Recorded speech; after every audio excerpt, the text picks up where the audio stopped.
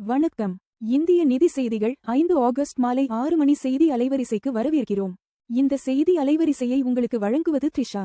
இந்திய மற்றும் உலக சந்தைகளின் தாஜா செய்திகளுக்காக எங்களுடன் இருங்கள். சென்செக்ஸ் 78,581 152 பிடிஎஸ் 0.19 விழுக்காடு உயர்ந்தது. அதிக லாபம். என்டிபிசி 1.82 விழுக்காடு உயர்ந்தது. அதிக நஷ்டம். டிசிஎஸ் 1.91 விழுக்காடு குறைந்தது. நிஃப்டி 50 இன்று 24,624.65 0.04 விழுக்காடு ஆக உள்ளது.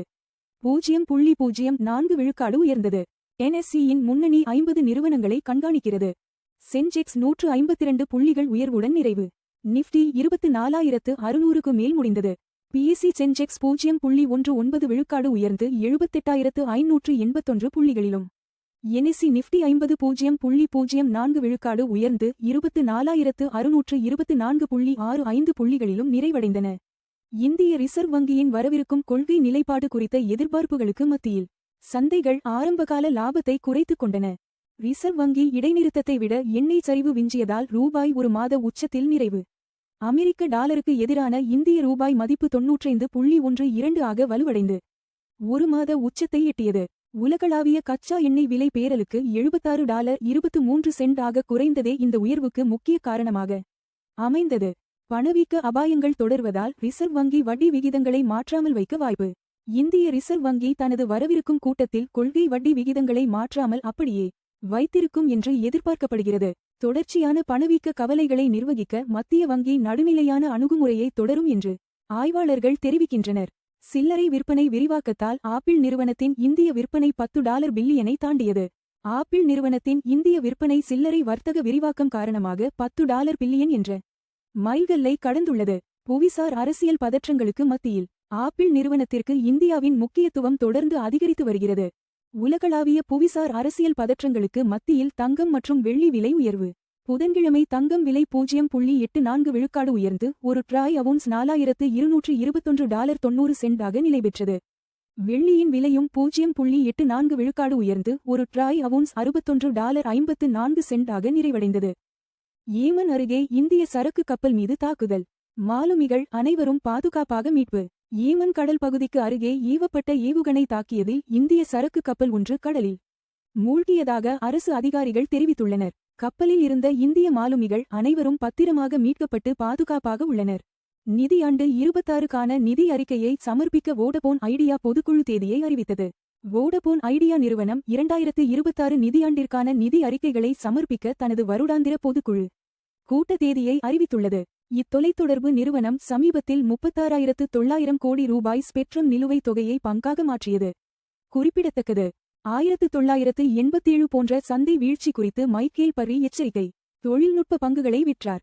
செயற்கை நுண்ணறிவு பங்குகளின் அதீத உயர்வால் 1987 போன்ற சந்தை வீழ்ச்சி ஏற்படக்கூடும் என்று பிரபல முதலீட்டாளர் மைக்கேல் பர்ரி எச்சரித்துள்ளார். அவர் என்விடியா மற்றும் டெஸ்லா போன்ற முன்னணி தொழில்நுட்ப நிறுவனங்களின் பங்குகளை ஷார்ட் செய்துள்ளதாக கூறப்படுகிறது. வர்த்தக எழுச்சி மற்றும் சாதனை செம்பு விலையால் கிளென்கோர் லாபம் கணிசமாக உயர்வு. செம்பு விலை உயர்வு மற்றும் வர்த்தக எழுச்சி காரணமாக கிளென்கோர் நிறுவனம் தனது லாபத்தில் பெரும் உயர்வை பதிவு செய்துள்ளது. தொழில்துறை உலோகங்களுக்கான உலகளாவிய தேவை அதிகரிப்பால் இந்நிறுவனம் கணிசமாக பயனடைந்துள்ளது. மேக்ரோ பொருளாதார சூழல் மேம்பட்டதால் பிட்காயின் $64,000 மேல் சீரடைந்தது. புவிசார் அரசியல் பதற்றங்கள் தணிந்ததாலும் எண்ணெய் விலை குறைந்ததாலும் பிட்காயின் $64,000 மேல் சீரடைந்தது. இருப்பினும் முன்னணி கிரிப்டோகரன்சியுடன் ஒப்பிடும்போது எத்தேரியத்தின் மீட்பு பலவீனமாகவே இருந்தது. எஃப்டி வட்டி விகிதங்கள் ₹3 கோடிக்கு கீழ். கோட்டக் மஹிந்திரா பேங்க் 7.30 விழுக்காடு. பேங்க் ஆஃப் பரோடா 7.15 விழுக்காடு.